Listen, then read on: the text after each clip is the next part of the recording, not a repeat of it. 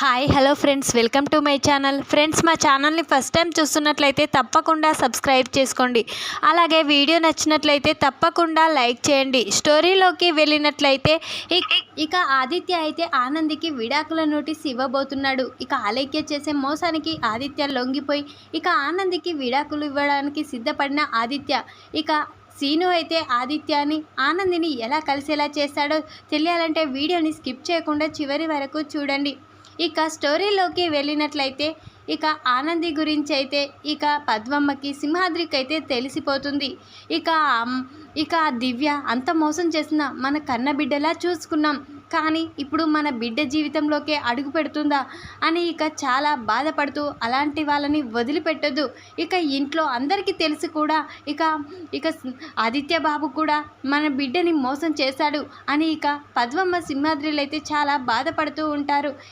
అప్పుడు పద్మమ్మ అయితే లేదయ్యా, మన బిడ్డ మీద ఇక ఆదిత్య బాబు గారికి ఇష్టం ఉంది, ఇక తనకి ప్రేమ ఉంది, కానీ ఈ దివ్య అనుకోకుండా యాక్సిడెంట్ కావడం ఏంటి, మళ్ళీ ఆ ఇంటికే వెళ్ళడం ఏంటి, ఇక ఆదిత్య బాబే తనని ప్రేమించడం ఏంటి అని ఇక చాలా బాధగా ఉంది అని అయినా ఆ సీనుగాడు ఎందుకు తన మెడలో తాళి కట్టాడు, ఇప్పుడు తన మెడలో తాళి కట్టగానే ఇక తన జీవితం సక్కుబడిపోతుందా, ఇక మన బిడ్డ జీవితం ఏమైపోతుందో వాడు ఆలోచించలేడా, ఇక తన మెడలో తాళి కడితే తనకి ఇక ఆదిత్య బాబు గారికి దూరం అవుతారని అనుకున్నాడు, కానీ ఇదంతా మన బిడ్డే చేసిందని ఇక ఆదిత్య బాబు అపార్థం చేసుకుంటాడు.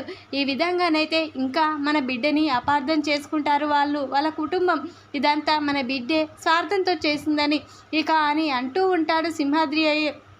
అప్పుడే ఇక పద్మమ్మ అయితే ఏం చేద్దామయ్యా, ఇక సింహాద్రిని మనం ఏమీ అనలేము, పాపం వాడు కూడా ఇక మన బిడ్డ మీద ప్రేమతోటే ఈ విధంగా చేశాడు, మన బిడ్డ ఆదిత్య బాబు గారికి ఎక్కడ దూరం అయిపోతుందో అని ఆలోచించి వాడు ఇక ఏది ఆలోచించకుండా ఇలా చేశాడు అని ఇద్దరు మాట్లాడుకుంటూ ఉంటారు. అప్పుడు జ్యోతి, సూర్యం, అటు గంగవ్వ, ఇటు సీను అందరూ ఒక దగ్గరికి వస్తారు. అప్పుడే ఏంట్రా, ఏం చేశారా సీను, నాకు కాలు బాగలేదు, కానీ లేకపోతే నిన్ను తన్నేవాణ్ణి అని అంటూ ఉంటాడు సింహాద్రి అయితే.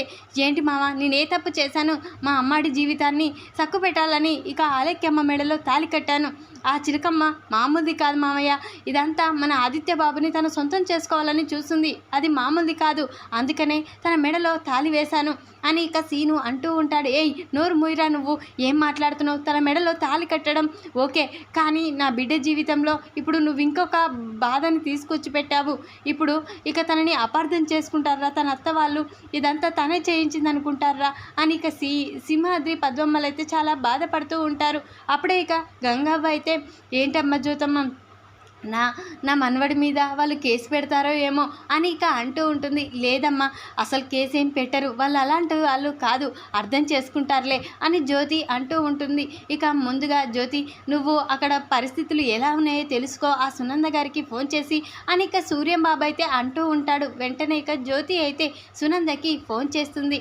వెంటనే సునంద, ఎలా ఉన్నారు సునంద గారు, విషయం తెలుసుకున్నాను, ఇక్కడ జరిగిన విషయం అంతా ఆ దివ్య ఆ ఇంటికి రావడం ఏంటి, అసలు ఆదిత్య మళ్ళీ తనని తీసుకువెళ్ళడం ఏంటి అని అంటూ ఉంటుంది జ్యోతి అయితే. అప్పుడే సునంద, ఆ సీనుగాడు చేసిన తప్పుకి ఆదిత్య ఆనందిని అపార్థం చేసుకుంటున్నాడు, ఆదిత్య ఇంట్లో నుంచి కూడా వెళ్ళిపోయాడు, ఆ సీనుగాడి వల్ల ఇదంతా జరిగింది అని అంటూ ఉంటుంది సునంద అయితే. అప్పుడే మీరు ఏదైనా సీనుపై కేసు పెట్టాలనుకుంటున్నారా అని జ్యోతి అంటూ ఉంటుంది. లేదు, వానిపై కేసు పెట్టడం లేదు, కానీ వాడు జాగ్రత్తగా డీల్ చేయమను, ఎందుకంటే ఆలోచించకుండా ఇప్పుడు తన మెడలో తాళి కడితే ఇప్పుడు మళ్ళీ ఆనంది జీవితమే కదా ఇలా జరిగిపోయింది, నేను మళ్ళీ చేస్తాను జ్యోతి గారు అని ఉండండి అని సునంద అయితే ఫోన్ కట్ చేస్తుంది. జ్యోతి మాటలతో సీనుకి ఏ ప్రమాదం లేదని, సీనుపై కేసు పెట్టారని గంగవ్వకి చెప్పడంతో గంగవ్వ అయితే చాలా సంతోషపడుతూ ఉంటుంది. అయినా సీను, నువ్వు ఆ విషయంలో అలా చేయవలసింది కాదు, ఆలోచించి అడుగు వేయవలసింది, ఇప్పుడు ఆనంది జీవితంలో ఇప్పుడు అపార్థాన్ని సృష్టించావు, ఇదంతా ఆనందియే దగ్గరుండి చేయించిందని ఇలా చేశావు అని జ్యోతి కూడా అంటూ ఉంటుంది. ఇక వెంటనే సునంద శశికాంత్ ఏదైనా జరగని ముందు ఆనంది ఆదిత్యకి ఫోన్ చేయి అని సునంద అంటూ ఉంటుంది. అప్పుడే ఆనంది అయితే ఆదిత్యకి ఫోన్ చేస్తే ఆదిత్య మాత్రం ఫోన్ లిఫ్ట్ చేయడు. వెంటనే నా ఫోన్ లిఫ్ట్ చేయడం లేదు అత్తయ్య గారు అని ఆనంది అంటూ ఉంటుంది. అప్పుడే సునంద నువ్వు ఒకసారి ఫోన్ చేయడానికి నువ్వు చేస్తే ఖచ్చితంగా లిఫ్ట్ చేశాడు అని అంటూ ఉంటాడు. శశికాంత్ అయితే వెంటనే సునంద ఆదిత్యకి ఫోన్ చేస్తుంది. ఆదిత్య ఫోన్ లిఫ్ట్ చేశారండి, నువ్వు మాట్లాడు అని శశికాంత్కి ఇస్తుంది. ఒరేయ్ ఎక్కడున్నా ఇక్కడికి రావాలి, నీకోసం మీ అమ్మ బాధపడుతుందిరా, నువ్వు మా మాటకి విలువ ఉంటే మా మాట జవదాటనంటే ఇంటికి వెంటనే రావాల్సిందే అని శశికాంత్ చెప్పగానే ఆదిత్య ఆలోచించి వెంటనే తన తల్లిదండ్రుల కోసం తిరిగి ఇంటికైతే వస్తాడు. ఇంటికి వచ్చి ఎవరు మందలు ఇవ్వకుండా డైరెక్ట్గా అలైక్య రూమ్లోకి వెళ్తాడు. అది చూసిన చైతన్య, చూసావు కదమ్మా వదిన ఇలా మాట్లాడుతున్నా కానీ పట్టించుకోకుండా మళ్ళీ అలైక్య రూమ్లోకి వెళ్తున్నాడు అని అంటూ ఉంటాడు చైతన్య. అయితే ఆదిత్య అలైక్య రూమ్లోకి వెళ్ళి గడియ పెట్టి ఏంటి అలైక్య ఎలా ఉన్నావు అని అంటూ ఉంటాడు. ఆదిత్య గారు, ఆదిత్య నీకోసమే నేను ఎదురు చూస్తున్నాను, ఎక్కడికి వెళ్ళావు ఆదిత్య, నువ్వు లేకపోతే నాకు ఇంట్లో భయంగా ఉంది ఆదిత్య అని అంటూ చాలా బాధపడినట్లు నటిస్తూ ఉంటుంది. అలైక్య అయితే తనని చూసి ఆదిత్య అయితే అలైక్య నీకు న్యాయం చేయాలనే నేను ఇక్కడికి వచ్చాను, నీకు అన్యాయం జరిగింది కాబట్టి ఆనంది వల్ల ఇదంతా జరిగింది కదా, కాబట్టి నీకు న్యాయం చేయాలని ఇక్కడికి వచ్చాను అని అంటూ ఉంటాడు ఆదిత్య. అయితే అప్పుడే ముందు మనం హాల్లోకి వెళ్దాం పదా, అందరికీ తెలియాలి ఈ న్యాయం ఏంటో అని ఆదిత్య అలైక్యని తీసుకొని హాల్లోకి వస్తాడు. వెంటనే అలైక్యని ఆదిత్యని చెయ్యి పట్టుకోవడం చూసి ఒక్కసారే షాక్ అయిపోతారు ఇంట్లో వాళ్ళంతా.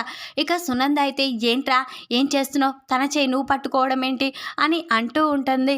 సునంద అయితే నుంచి తన చేయి పట్టుకొనే ఉంటానమ్మా అని ఆదిత్య అనగానే వెంటనే శశికాంత్, సునంద, చైతన్య, ఆనంది ఒక్కసారే షాక్ అయిపోతారు. ఏంట్రా ఏం మాట్లాడుతున్నావు అని అనగానే అవునమ్మా నేను అలైక్యకి న్యాయం చేయాలనుకుంటున్నాను, అలైక్య మన వల్ల బాధపడుతుంది కాబట్టి అలైక్యకి న్యాయం చేయాలని నిర్ణయించుకున్నాను, నా నిర్ణయం ఏదైనా మీరు ఏమీ అనకూడదు అని అంటూ ఉంటాడు ఆదిత్య. అయితే అప్పుడే సునంద కంగారు పడుతూ ఉంటుంది. ఆనంది మాత్రం చాలా కుమిలిపోతూ ఉంటుంది. అప్పుడే చైతన్య, ఏంటన్నయ్య తనకేం న్యాయం చేశావు, నువ్వు ఎంత డబ్బు అంటే అంత డబ్బిచ్చి తనని సీను దగ్గరికి పంపించు, సీనుకు తనకి పెళ్లి జరిగిపోయింది కాబట్టి అక్కడికి పంపించన్నయ్య అని చైతన్య అంటూ ఉంటాడు. అప్పుడే ఆదిత్య అయితే నోర్ము ఏం మాట్లాడుతున్నావురా, ఆ సీను మోసం చేసి తనని పెళ్లి చేసుకున్నాడు కాబట్టి ఆ పెళ్లి లెక్కలోకి రాదు, తనని మోసం చేశాడు, తను నిద్రలో స్పృహ కోల్పోయి ఉన్న తనుని పెళ్లి చేసుకుంటే అది పెళ్ళంటారా అని ఆదిత్య గట్టిగా అరుస్తూ ఉంటాడు. అలైక్య ఎక్కడికి వెళ్ళిపోదు, అలైక్య ఈ ఇంట్లోనే ఇక్కడే ఉంటుంది, ఎప్పటికీ ఈ ఇంట్లోనే ఉంటుంది, తను ఎప్పటికీ ఈ ఇంట్లోనే ఉంటుంది అని గట్టిగా అరుస్తూ ఉంటాడు ఆదిత్య. అయితే అప్పుడే సునంద అయితే ఏంట్రా ఏం మాట్లాడుతున్నావు, అలైక్య ఈ ఇంట్లో ఉంటే చాలా ప్రమాదం, ఈ ఇంట్లో ఉంటే ఆనంది విషయంలో ఆనంది కూడా చాలా బాధపడుతుంటూ ఉంటుంది కాబట్టి అలైక్యని ఎంత డబ్బైనా ఖర్చు పెట్టి మనం ఎక్కడైనా పెడదాం కానీ ఇక్కడ మాత్రం వద్దు అని సునంద అంటూ ఉంటుంది. లేదమ్మా మీరు ఎలాగైతే ఈ ఇంట్లో అలైక్యని ఉంచుతారో ఆ విధంగానే ఉంచేలా నేను చేస్తాను అని ఆదిత్య అంటూ ఉంటాడు. ఏంట్రా నీ మాటల్లో ఏమీ అర్థం కావడం లేదు అని సునంద, శశికాంత్ అంటూ ఉంటారు. అప్పుడే అవునమ్మా నేను అలైక్య విషయంలో ఒక గట్టి నిర్ణయం తీసుకున్నాను, ఆ నిర్ణయం మీకు తెలియాలి అందుకే నేను ఇక్కడికి వచ్చాను అని అంటూ ఉంటాడు ఆదిత్య. అయితే అప్పుడే సునంద ఏ నిర్ణయం తీసుకున్నావు అని అంటూ ఉంటుంది. అప్పుడే నాకు ఆనందికి సంబంధించిన నిర్ణయం, ఆనంది ఒక అగ్రిమెంట్ ప్రకారం ఆనందిని నేను పెళ్లి చేసుకున్నాను కదా, ఎవరి కోసమైతే నేను ఎదురు చూశానో తనే వచ్చేసింది, తన కోసమే కదా నేను ఎదురు చూసింది, తన కోసం నేను ఎదురు చూశాను కాబట్టి అగ్రిమెంట్ ప్రకారం తను ఎప్పుడు వెళ్ళిపోతే తను ఎప్పుడు వస్తే తను ఎప్పుడు వెళ్ళిపోతుందో నిర్ణయించుకునేది ఆనంది, అందుకనే ఒక నిర్ణయానికి వచ్చాను. ఇప్పుడు నేను అలైక్య ఎప్పటికీ ఇంట్లోనే ఉండడానికి ఒక నిర్ణయం తీసుకున్నానని చెప్పాను కదా, అందుకే ఆనందికి ఈ విడాకుల నోటీస్ తీసుకువచ్చాను అని ఆ విడాకుల నోటీస్ చూపిస్తాడు. ఒక్కసారే ఆనంది షాక్ అయిపోతుంది, ఇంట్లో వాళ్ళు కూడా షాక్ అయిపోతారు. ఏంటన్నయ్యా ఏం మాట్లాడుతున్నావు, వదిన విషయంలో నువ్వు తప్పు చేస్తున్నావన్నయ్యా అని చైతన్య, సునంద అంటూ ఉంటారు. అప్పుడే ఏంటి నేనేం తప్పు చేయడం లేదు, ఆనంది విషయంలో కరెక్టే చేస్తున్నాను. పెళ్లిలోనే ఆనందికి ఒక అగ్రిమెంట్ ప్రకారం నేను పెళ్లి చేసుకున్నాను. ఇక అలేఖ్య వచ్చిన రోజు ఆనందిని నేను ఎప్పుడైనా వదిలేస్తాను, ఆనంది ఎప్పుడైనా నేను వెళ్ళిపోమంటే వెళ్ళిపోవాల్సిందే అనే ప్రకారం అగ్రిమెంట్ ప్రకారం ఆనంది సంతకం చేసింది. కాబట్టి ఆనంది ఆ అగ్రిమెంట్ ప్రకారం ఇక వెళ్ళిపోవాల్సిందే. ఇక ఈ నోటీస్పై సైన్ చేయి ఆనంది, నువ్వు ఇంట్లో నుంచి వెళ్ళిపో అని, ఇక నీ మోసానికి తగ్గట్టు నేను చేస్తున్నాను అని ఇక ఆదిత్య అంటూ ఉంటాడు. అప్పుడు ఆనంది, ఆదిత్య గారు నేను ఏ తప్పు చేయలేదు ఆదిత్య గారు, అసలు సీనుకి అలేఖ్యకి పెళ్లి జరిగేటప్పుడు నేను లేదు ఆదిత్య గారు, ఆ విషయం నాకు తెలియదు ఆదిత్య గారు అని చాలా బాధపడుతూ కాళ్ళపై పడుతూ ఉంటుంది. ఆనంది అయితే, లేదా ఆనంది నా నిర్ణయం ఇదే, ఇక నువ్వు ఈ నోటీస్పై సైన్ చేయి, ఇక నుంచి వెళ్ళిపో, నా కళ్ళ ముందు నుంచి నువ్వు కనిపించకు అని ఇక ఆదిత్య అయితే ఆనందిపై గట్టిగా అరుస్తూ ఉంటాడు. అప్పుడే ఇక ఆనంది కుమిలిపోతూ ఇక సైన్ చేసే సమయానికి ఆగు అని ఇక సీను వస్తాడు. వెంటనే సీనుని చూసి ఇంట్లో వాళ్ళంతా షాక్ అయిపోతారు. అప్పుడే ఇక సునంద, ఏంట్రా ఎందుకు ఇంటికి వస్తున్నావు, ఇంకా ఆనంది జీవితంలో ఇంకేం బాధ పెట్టాలని వస్తున్నావు, నీ వల్ల ఈరోజు ఆనంది కుమిలిపోతుంది, ఆనంది ఇంట్లో నుంచి వెళ్ళవలసిన పరిస్థితి వచ్చింది అని ఇక సునంద గట్టిగా అరుస్తూ ఉంటుంది.